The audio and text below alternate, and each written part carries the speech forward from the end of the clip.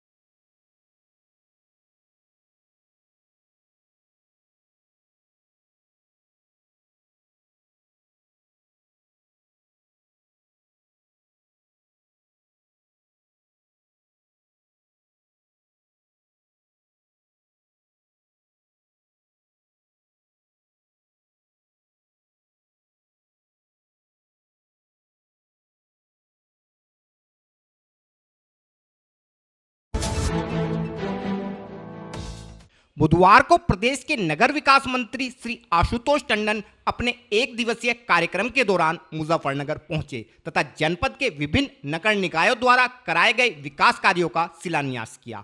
अपने जनपद कार्यक्रम के दौरान माननीय मंत्री जी सर्वप्रथम मेरठ रोड स्थित पीडब्ल्यूडी गेस्ट हाउस पहुंचे, जहां भाजपा जनप्रतिनिधियों एवं कार्यकर्ताओं द्वारा उनका जोरदार स्वागत किया गया। इसके पश्चात श्री आशुतोष टंडन टाउन हॉल मैदान में नगर पालिका द्वारा आयोजित पीएम स्वनिधि मेगा कैंप में पहुंचे तथा पात्र लाभार्थियों को प्रमाण पत्रों का वितरण किया।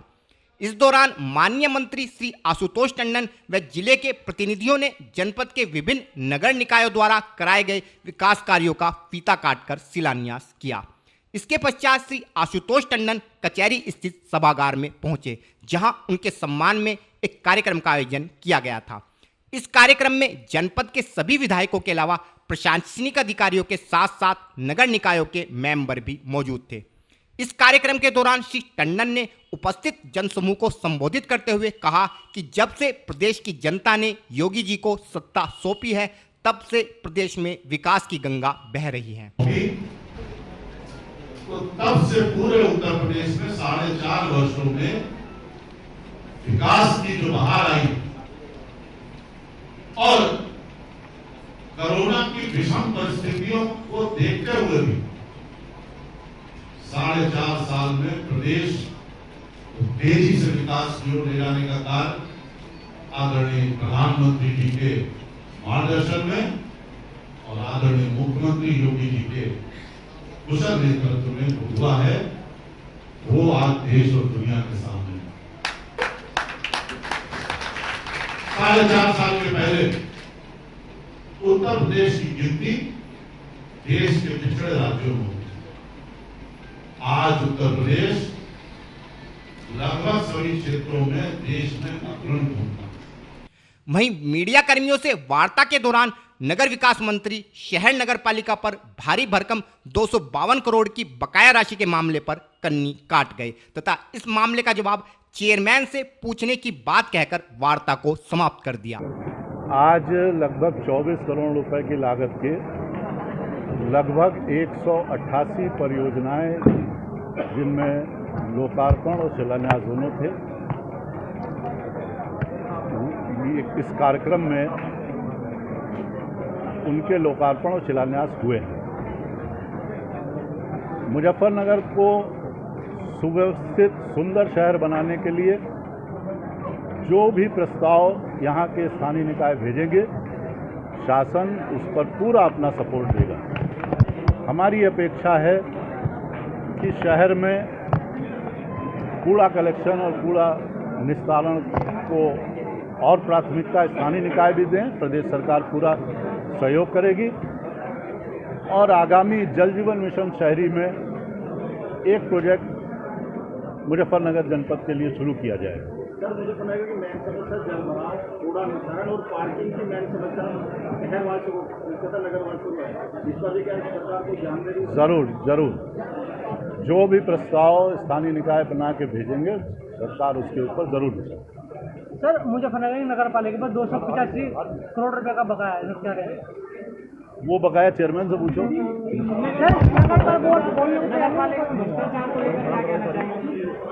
भ्रष्टाचार के प्रति हमारी सरकार का जीरो टॉलरेंस है और कोई भी प्रकरण अगर आएगा उसमें कोई भी दोषी होगा तो उस पर कठोर कार्रवाई होगी। धन्यवाद। मंगलवार को वर्ल्ड बायो फ्यूल डे के अवसर पर प्रदेश व केंद्र सरकार द्वारा अनेक योजनाओं का शुभारंभ किया गया। इस अवसर पर जहां प्रधानमंत्री श्री नरेंद्र मोदी ने उज्ज्वला योजना के दूसरे चरण का शुभारंभ वर्चुअल माध्यम से किया कि बटन दबाकर प्रधानमंत्री उज्ज्वला योजना के द्वितीय चरण का शुभारंभ करें। बटन दबते ही उपहार उज्ज्वला योजना का द्वितीय चरण, जिसका शुभारंभ हुआ माननीय प्रधानमंत्री महोदय के कर कमलों द्वारा। तो वहीं मुख्यमंत्री योगी आदित्यनाथ व केंद्रीय पेट्रोलियम मंत्री श्री हरदीप सिंह पुरी द्वारा वर्चुअल माध्यम से मुजफ्फरनगर के सहारनपुर रोड पर रोहाना कला चीनी मिल परिसर के निकट इंडियन पोटाश लिमिटेड के नवनिर्मित कंप्रेस्ड बायोगैस प्लांट का उद्घाटन किया गया। माननीय मुख्यमंत्री महोदय आ चुके हैं और कंप्रेस बायोफ्यूल्स प्रदर्शनी का उद्घाटन उन्होंने किया। फीता काटकर अंदर पंडाल में प्रवेश कर रहे हैं। वहां पर सीबीजी प्लांट का जो मुजफ्फरनगर में है, बटन दबाकर उसका उद्घाटन करेंगे। आज वर्ल्ड फ्यूल डे है और उसी उपलक्ष्य में आज उत्तर प्रदेश में सीबीजी के प्लांट का मुजफ्फरनगर में जो स्थित है उस प्लांट का बटन दबाकर उद्घाटन करेंगे और फिर उस प्लांट का लोकार्पण करेंगे। बायोफ्यूल्स प्रदर्शनी का उद्घाटन किया और अब कंप्रेस बायोगैस प्लांट का लोकार्पण बटन दबाकर करेंगे और उसके साथ ही इस प्लांट से जुड़े 3 पेट्रोल पंप जो मुजफ्फरनगर के हैं उनका शुभारंभ हो जाएगा। पेट्रोल पंप में सीबीजी की उपलब्धता प्रारंभ हो जाएगी। ये पेट्रोल पंप हैं Chandravati filling station Muzaffarnagar, Chandravati filling station Muzaffarnagar, Kisan filling station Muzaffarnagar और Agarwal gas service Muzaffarnagar. CBG के इस प्लांट के लोकार्पण के साथ ही मुजफ्फरनगर के इन 3 पेट्रोल पंप्स में सीबीजी की उपलब्धता प्रारंभ हो जाएगी। इस प्लांट का निर्माण कई वर्षों से चल रहा था, जिसके बाद मंगलवार को वर्ल्ड बायोफ्यूल डे के अवसर पर माननीय मुख्यमंत्री द्वारा इसे राष्ट्र को समर्पित किया गया। कंपनी के प्रबंध निदेशक डॉक्टर पीएस गहलोत के अनुसार इस प्लांट में प्रतिदिन 200 टन प्रेस मड यानी चीनी मिलों से निकलने वाली मैली से 10.2 टन सीबीजी यानी कंप्रेस्ड बायोगैस तैयार की जाएगी तथा इस प्लांट में प्रयोग होने वाली मैली की आपूर्ति इंडियन पोटाश लिमिटेड की क्षेत्र में स्थित विभिन्न चीनी मिलों के माध्यम से की जाएगी। कंपनी प्रबंधन के अनुसार नवीनतम टेक्नोलॉजी पर आधारित यह प्लांट अभी तक भारत का सबसे बड़ा प्लांट है तथा इस प्लांट के माध्यम से मुजफ्फरनगर के 3 पेट्रोल पंप जिनमें चंद्रावती फिलिंग स्टेशन, किसान फिलिंग स्टेशन व अग्रवाल सर्विस स्टेशन को सीबीजी की आपूर्ति की जाएगी, जहां से जनता अपने सीएनजी से चलने वाले वाहनों में इस गैस को भरवाकर इसका प्रयोग कर सकेगी। इसके अलावा इस प्लांट में सीबीजी के अलावा ऑर्गेनिक खाद का भी उत्पादन होगा तथा फिलहाल लिक्विड मैन्योर यानी तरल खाद क्षेत्र के किसानों को मुफ्त वितरित की जा रही है। इस खाद का खेत में प्रयोग करने से भूमि की उपजाऊ क्षमता तो बढ़ेगी ही, साथ ही किसान की फसल की लागत में भी कमी आने से किसान की आय में भी वृद्धि होगी। मंगलवार की रात मुजफ्फरनगर में चरथावल क्षेत्र के गांव सिकंदरपुर में एक महिला की करंट लगने से संदिग्ध परिस्थितियों में मौत हो गई। महिला की मौत के बाद उसकी ससुराल पहुंचे महिला के परिजनों ने उसके ससुराल पक्ष पर महिला की हत्या करने का आरोप लगाया है। हमारे चैनल को मिली जानकारी के अनुसार मंगलवार की रात सिकंदरपुर गांव में एक महिला बिजली का करंट लगने के कारण बेहोश हो गई तथा उपचार के लिए अस्पताल ले जाते समय महिला की रास्ते में ही मौत हो गई। इस संबंध में और अधिक जानकारी देते हुए महिला की नंद व एक ग्रामवासी ने बताया। जी प्रियंका, आपकी भाभी का एक बिजली से करंट लगने से मौत हुई, क्या मामला है? जी जैसे कि हम अंदर गए देखने के लिए, पहले तो बाहर ढूंढी से कहीं भी नहीं मिली। मैं पहले बता के जाती हूँ, मगर क्या पता कहाँ पर बैठी होगी। और जब जी अंदर गए तो देखा मुंदी पड़ी थी। तो क्या करंट लगा उसकी? जी करंट लगते हुआ। जय कुमार जी, आप सिकंदरपुर के निवासी हो। अभी एक महिला के करंट लगने से मौत, क्या मामला है? पूरा संक्षेप में बताएं। मामला यह है कि वो जो बहू थी उसके बिजली ने करंट मारा। करंट मारने के बाद जब तक उसे यहाँ से ले गए उसमें सांस था। जब चरछाड़ा अस्पताल पहुंचे तो जब भी उसमें सांस था वहीं जाकर उसने दम तोड़ा। नहीं, उनके जो परिजन है वो आरोप लगा रहे हैं कि यहाँ पर उसकी साथ जाति करके बारी है। ऐसा कुछ नहीं हुआ। ये तो बच्चे मतलब 2 बच्चे भी हैं, बच्चा है उसका, ऐसा कौन मारना चाह रहा है? घर कौन नाश करना चाह रहा है? एक लड़का है उसका। वहीं महिला की मौत की सूचना पर सिकंदरपुर पहुंचे उसके परिजनों ने ससुराल पक्ष के लोगों पर हत्या का आरोप लगाते हुए थाने में तहरीर दी है। इस संबंध में जानकारी देते हुए महिला के भाई ने बताया। जय भगवान। आज आपकी बहन की मृत्यु, क्या मामला है? इसमें कई बार का झगड़ा हो चुका था। इसमें करंट का कुछ नहीं है, इसमें मारी गई है। मांग तांग भी थी इसमें कुछ। कितनी बार झगड़ा हो चुका पहले? करीबन 4-5 बार, ज्यादा ही ना हो। 2 बार बिलाल से भी पहुंच गए पंचायत में।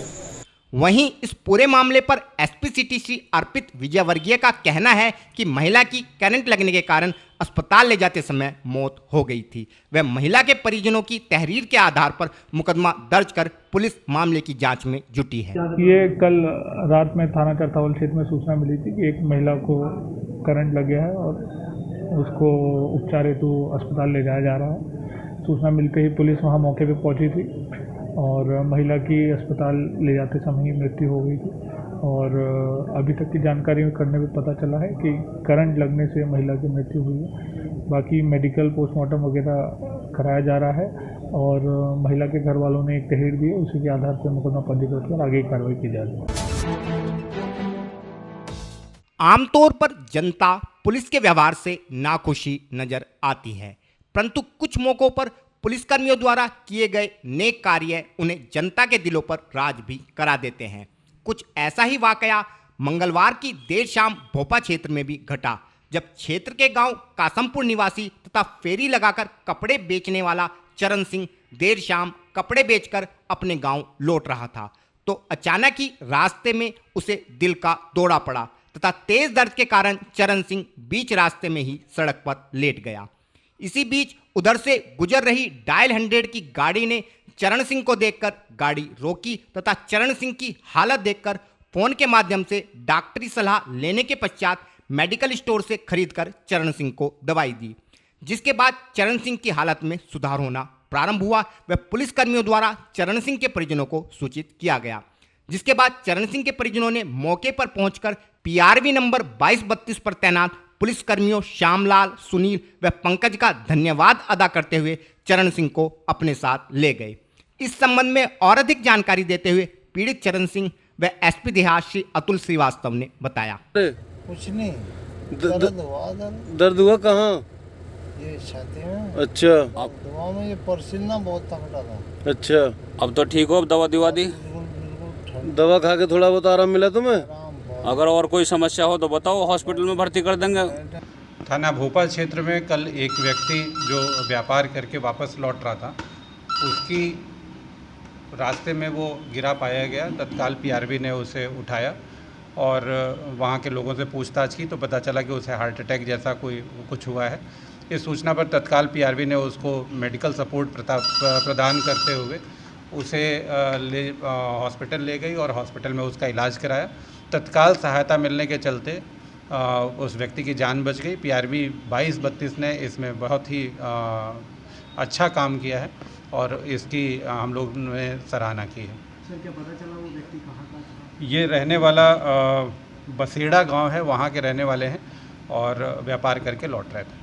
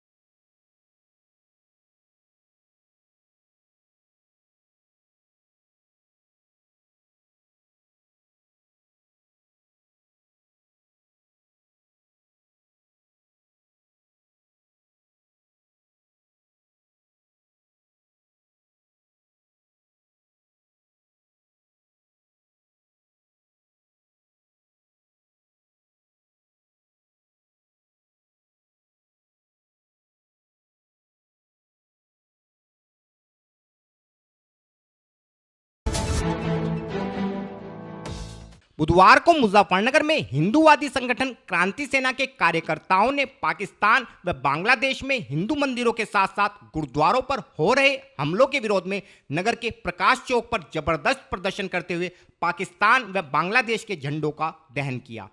इस अवसर पर संगठन कार्यकर्ताओं का कहना था कि हमारे पड़ोसी मुल्क पाकिस्तान व बांग्लादेश में आए दिन हिंदू मंदिरों व गुरुद्वारों पर हमले की घटनाएं बढ़ती जा रही है तथा वहां की सरकार इस प्रकार के कृत्य करने वाले लोगों पर कोई कार्यवाही नहीं कर रही है, जिस कारण इन देशों में रहने वाले हिंदू व सिख समुदाय के लोग भयभीत हैं। और इसी कारण से आज संगठन कार्यकर्ताओं ने इन देशों के झंडों का दहन करते हुए सरकार से मांग की है कि वो इन देशों की सरकार को चेताए, अन्यथा भारतवासी ईंट का जवाब पत्थर से देना भी जानते हैं। पता किस तरह का प्रदर्शन था आज क्रांति सेना के द्वारा पाकिस्तान व बांग्लादेश के अंदर जिस प्रकार से हिंदू समुदाय के मंदिरों और सिखों के गुरुद्वारों पर हमले हो रहे हैं, उसके विरोध स्वरूप आज क्रांति सेना ने पाकिस्तान और बांग्लादेश के झंडों को आग के हवाले करके अपना विरोध दर्ज कराया है और भारत सरकार से मांग की है कि वो दोनों ही देशों को इस बारे में चेताए कि हिंदू समुदाय और सिखों पर जो वहाँ अत्याचार हो रहा है, धार्मिक स्थलों पर हमले हो रहे हैं, इसमें भारत सरकार अपना हस्तक्षेप करे और उन दोनों देशों को चेतावनी दे, इस तरह की घटनाएं बंद कर दे, वरना भारत ईंट का जवाब पत्थर से देना जानता है। अभी तक इंडिया में यहाँ पर रुकते हैं ब्रेक के लिए। ब्रेक के बाद तुरंत लौटेंगे, बने रहिए अभी तक इंडिया सच के साथ। कैल्शियम सिर्फ बोन्स का ख्याल रखता है, आपकी एनर्जी का नहीं। लीजिए रिवाइटल एच वुमन। इसका कैल्शियम आयरन बोन्स मजबूत बनाए, नेचुरल जिनसेंग एनर्जी बनाए रखे दिन भर। सिर्फ मजबूत नहीं, जानदार बनो।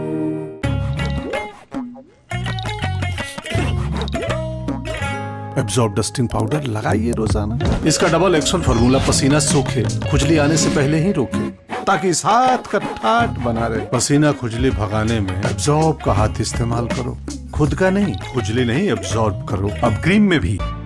यूपी के दमदार लोगों के लिए टाटा टी प्रीमियम ने बनाई है दमदार चाय। एक प्याली दम वाली, एक प्याली यूपी वाली। यूपी मतलब दबंग लोग। अबे भैया जी की गाड़ी कौन रोका? पावर की देख जकड़, पैसों की देख अकड़, छोटी सी बात पर आस्तीनें ऊपर चढ़ जाती है। यूपी वाले दम दिखाने का मौका नहीं छोड़ते। अब चाहे वो पावर का दम हो, पैसों का दम हो या फिर अच्छाई का। भैया को बोलना पड़ेगा।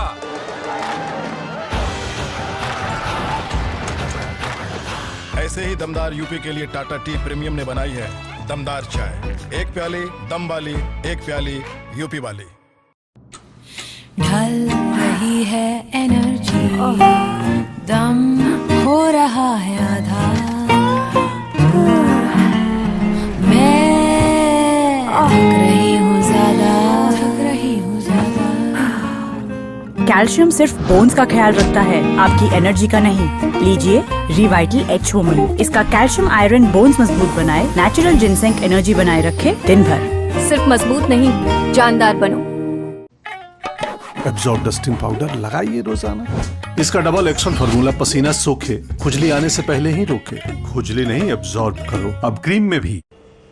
स्वागत है आपका, आप देख रहे हैं अभी तक इंडिया सच के साथ और मैं हूं आपके साथ नीलम शर्मा। बुधवार को मुजफ्फरनगर में भाकियू भानु के राष्ट्रीय अध्यक्ष श्री भानु प्रताप सिंह संगठन के दर्जनों कार्यकर्ताओं के साथ जिलाधिकारी से शिष्टाचार भेंट करने हेतु कचहरी स्थित जिलाधिकारी कार्यालय पर पहुंचे। इस दौरान श्री भानु प्रताप सिंह ने किसान आंदोलन व कृषि कानूनों को लेकर मीडिया कर्मियों से खुलकर बात की। किसान आंदोलन पर श्री भानु का कहना था कि इस समय दिल्ली के बॉर्डर पर आंदोलन करने वाले किसान नहीं बल्कि आतंकवादी है। साथ ही कृषि कानूनों को रद्द करने के मुद्दे पर श्री भानु का कहना था कि सरकार को इन कानूनों को रद्द नहीं करना चाहिए बल्कि किसानों की समस्याओं के समाधान हेतु किसान आयोग का गठन होना चाहिए, क्योंकि यदि सरकार ने कृषि कानूनों को रद्द कर दिया तो देश में आंदोलन की आड़ में कानूनों को रद्द कराने की परंपरा चल निकलेगी। इस विषय में और अधिक जानकारी देते हुए श्री भानु प्रताप सिंह ने बताया। मुजफ्फरनगर पहुंचे, क्या उद्देश्य है मुजफ्फरनगर पहुंचे? मुजफ्फरनगर का उद्देश्य है भारतीय किसान भानु को पूरे देश में, पूरे विश्व में, हर जिला में, उत्तर प्रदेश में मजबूत करना। अच्छा, किस सिलसिले में आज यहाँ आए थे आप? डीएम साहब से मुलाकात? डीएम साहब से इस सिलसिले आए कि जो हमारी महारथी हैं, हमारे जो पदाधिकारी हैं, जैसे ये मोहम्मद खालिद हैं, ये रवि मलिक हैं, ये चौधरी जसवंत सिंह हैं, हमारे साथ आए हैं, हमारे रामेश्वर चौधरी हैं और हमारे जिलाध्यक्ष हैं, और ये हमारे हरीश भूषण जी हैं, प्रदेश महासचिव हैं। इनकी यदि कोई काम हो तो डीएम साहब मानते रहें। क्यों? कि मैं सच्चा हूँ, 100% ईमानदार हूँ। मैंने सारी राजनीतिक पार्टियों को ये चैलेंज कर दिया है, कभी मैंने किसी से लिया हो, वो सत्ता में रहे हो तब या न सत्ता में रहे हो तब, तो मुझे फांसी पे चढ़ा दिया जाए। किसानों ने फिर कहा कि 15 अगस्त को फिर दिल्ली में झंडा लहराया जाएगा, क्या कहेंगे? कहाँ, कौन लहरा देगा? उनके पास कुछ है? सारे लोगों की समझ में आ गया, कोई अब उनकी बातों में नहीं आएगा, न दिल्ली जाएगा न लखनऊ जाएगा। आप भी पहले वहाँ धरने पे बैठे थे, फिर आप? अरे मैं तो इसीलिए धरने पे बैठा था, मैंने तो उसमें टीवी में देखा था कि किसानों पे लठ पड़ रहा है पंजाबों के पे, इसीलिए पूछने आया था। मुझे ये मालूम थी कि ये इतनी उद्दंडा करेंगे। नहीं, लाठीचार्ज के बाद हम वहाँ से चले गए थे। और क्या वजह थी? धरने पे थे वहाँ? पहले धरने पे थे तो मैं अपनी मांगों को लेकर था। मैंने प्रधानमंत्री को लिखा था और राजनाथ सिंह से और कृषि मंत्री से मिला था, उनको ज्ञापन दिया था। ज्ञापन बताऊं? किसान आयोग का गठन किया जाए, किसानों के कर्जे 72 साल की किसान विरोधी नीतियों के कारण किसान के कर्जे माफ किए जाए। किसान को बॉर्डर पे जो बैठे, क्या वो किसान नहीं है? बॉर्डर पे बैठे वो किसान नहीं है? नहीं, वो आतंकवादी। आपके भागने की क्या वजह थी वहां से? मेरे भागने की वजह नहीं थी, मेरे भागने की ये वजह थी, मैं तो अपनी मांगों को लेकर, मैं ये मांग को नहीं करते इसको, तो मेरी मांग पूरी होती और देश के किसानों का भला होता। किसान आयोग का गठन होता, किसानों के कर्जे माफ होते, किसानों को पेंशन मिलती और दुर्घटना में मरने वाले किसान को 1 करोड़ मुआवजा मिलता। ये मांग थी हमारी। किसान के हित में आप किस तरह का कार्यक्रम करते हैं? आपका धरना प्रदर्शन कहाँ चल रहा है अभी? किसान परेशान है। ऐसा कहाँ परेशान है? किसान बिल को लेकर के बैठे हैं। किस ऐसा है? आप बिल के समर्थन में? कौन सी बिल? कानून बनाया वो समर्थन में? किसान जो बिल बना है ये तो कर रहे हैं कि उसको खत्म किया जाए, और मैं कह रहा हूं कि उस बिल को खत्म न किया जाए, किसान आयोग का गठन किया जाए। बिल बना रहा है, 1 और 3 बिल बनेंगे, 3 और बन जाए। उसका समर्थन करते हैं बिल का? कैसा समर्थन? बिल का समर्थन करते हैं? यानी जो बिल बन गया उसका। मैं एक बात बताइए, जब मैं कह रहा हूं कि बिल खत्म न किए जाएं, किसान आयोग का गठन हो, तो समर्थन मान लो या और ज्यादा समर्थन मान लो, डबल समर्थन मान लो, जो कुछ भी मानो। इसलिए कि ये कानून वापस होते ही और पीछे जो कानून बने हैं उनके लिए लोग युद्ध छेड़ देंगे और देश में भूचाल आ जाएगा। हम देश प्रेमी हैं, देशद्रोही नहीं, आतंकवादी नहीं। हम किसानों ने ललकारा है, हिंदुस्तान हमारा है और जो किसान की बात करेगा वही देश पे राज करेगा और आतंकवादियों की नहीं चलेगी, नहीं चलेगी, नहीं चलेगी। बुधवार को मुजफ्फरनगर में समाजवादी पार्टी के जिला कार्यालय पर एक प्रेस वार्ता का आयोजन पार्टी पदाधिकारियों द्वारा किया गया। इस प्रेस वार्ता का मुख्य उद्देश्य अन्य दलों को छोड़कर समाजवादी पार्टी की सदस्यता ग्रहण करने वाले कार्यकर्ताओं के विषय में मीडिया को जानकारी देते हुए पार्टी के बढ़ते जनाधार से भी मीडिया को अवगत कराना था। इस अवसर पर वाल्मीकि समाज के दर्जनों युवा कार्यकर्ताओं द्वारा पार्टी की प्राथमिक सदस्यता ग्रहण करने पर पार्टी जिला अध्यक्ष श्री प्रमोद त्यागी द्वारा उनका फूल माला पहनाकर स्वागत किया गया। श्री प्रमोद त्यागी का कहना था कि भाजपा सरकार के भेदभाव, विकास कार्यों में अनदेखी व गलत नीतियों के कारण प्रदेश की जनता का भाजपा सरकार से मोह भंग हो रहा है तथा जनता सपा की नीतियों से प्रभावित होकर समाजवादी पार्टी का दामन थाम रही है। आज वाल्मीकि समाज के बहुत बड़ी संख्या में लोग Bharatiya Janata party, Congress party, Bahujan Samaj party को छोड़ करके समाजवादी पार्टी में आए हैं। वो हमारे राष्ट्रीय नेता के से प्रभावित होकर, समाजवादी नीतियों से प्रभावित होकर दीपक गंभीर ने भी हमारा जिला सचिव का प्रयास किया है। मैं उनका सबका जनपद के अध्यक्ष होने के नाते पार्टी में स्वागत करता हूँ। दूसरे, कल सर्वोच्च न्यायालय ने जो फैसला दिया है, 2 महीने पहले सर्वोच्च न्यायालय ने ये 2 साल पहले कहा था कि जो जनप्रतिनिधियों पर मुकदमे चलेंगे उनको वापसी का निर्णय लेने से पहले संबंधित उच्च न्यायालय को विश्वास में लिया जाएगा। लेकिन उत्तर प्रदेश सरकार ने बगैर इलाहाबाद उच्च न्यायालय को विश्वास में लिए संगीत सोम जी, सुरेश राणा जी, कपिल देव जी जनप्रतिनिधियों के मुकदमे वापस लिए हैं। कल सर्वोच्च न्यायालय ने भर्त्सना की उत्तर प्रदेश सरकार की और संभवतः अभी जजमेंट नहीं आया, 2 दिन का समय सॉलिसिटर जनरल ने लिया है, शायद वो वापसी के ऑर्डर भी निरस्त कर दिए हैं। मैं सर्वोच्च न्यायालय का धन्यवाद देता हूं और उत्तर प्रदेश सरकार के ऐसे निर्णय की भर्त्सना करता हूं। दूसरे, एक बहुत अच्छा निर्णय सर्वोच्च न्यायालय ने दिया है कि अगर कोई अपराधी को लड़ाएगी कोई राजनीतिक पार्टी, 1 घंटे के अंदर उसको प्रेस में देना पड़ेगा और चुनाव आयोग को सूचना देनी पड़ेगी। उस जनपद के जिला मजिस्ट्रेट जो जिला निर्वाचन अधिकारी हैं उनको भी ये सूचना देनी पड़ेगी। इससे राजनीतिक कार्यकर्ताओं का मनोबल बढ़ेगा। जो सेवा करते हैं, समाज की सेवा के लिए राजनीति में आते हैं, उनको मौका मिलेगा और जो अपराधी ठेकेदार टाइप लोग हैं उन पर अंकुश लगेगा। इसके लिए भी मैं सर्वोच्च न्यायालय की बड़ाई करता हूँ, धन्यवाद देता हूँ। तीसरा, ICMR बगैर कह रही है कि तीसरी लहर आने जा रही है। केरल में 22,000 केस रोज़ के आ रहे हैं। 2 दिन से लखनऊ की ट्रेन की लखनऊ में जांच हुई, जो बम्बई से ट्रेन आई थी। एक दिन 50 में से 27 लोग पॉजिटिव निकले, एक दिन 50 में से 23 लोग पॉजिटिव निकले। उत्तर प्रदेश सरकार क्या कर रही है? मैं चाहता हूँ, अच्छी बात है, हमारी पार्टी चाहती है व्यवसाय चलने चाहिए, बाज़ार खुलने चाहिए, लोगों को रोज़गार मिलना चाहिए, लेकिन सुरक्षा की जिम्मेदारी किसकी है? इतनी लापरवाही उत्तर प्रदेश सरकार कर रही है। आदरणीय प्रधानमंत्री जी कहते हैं योगी जी कोरोना को लड़ने वाले सर्वश्रेष्ठ मुख्यमंत्री हैं। मैं कहता हूँ सर्व से असफल मुख्यमंत्री हैं। इतने लोग मारे गए उत्तर प्रदेश में कोरोना से, और तीसरी लहर की भी कोई व्यवस्था हमारी सरकार प्रदेश की नहीं कर रही है। करनी चाहिए। अपने नागरिकों की जीवन बचाने का प्रयास करना उनका सबसे पहला दायित्व है। तो मेरी उत्तर प्रदेश के मुख्यमंत्री जी से कहना है, ये सब चीज़ छोड़ करके कोरोना को प्राथमिकता से लें और किसानों की खाद की व्यवस्था कराएं। धान की बुआई चल रही है और गन्ने के पेमेंट का इंतजाम करें।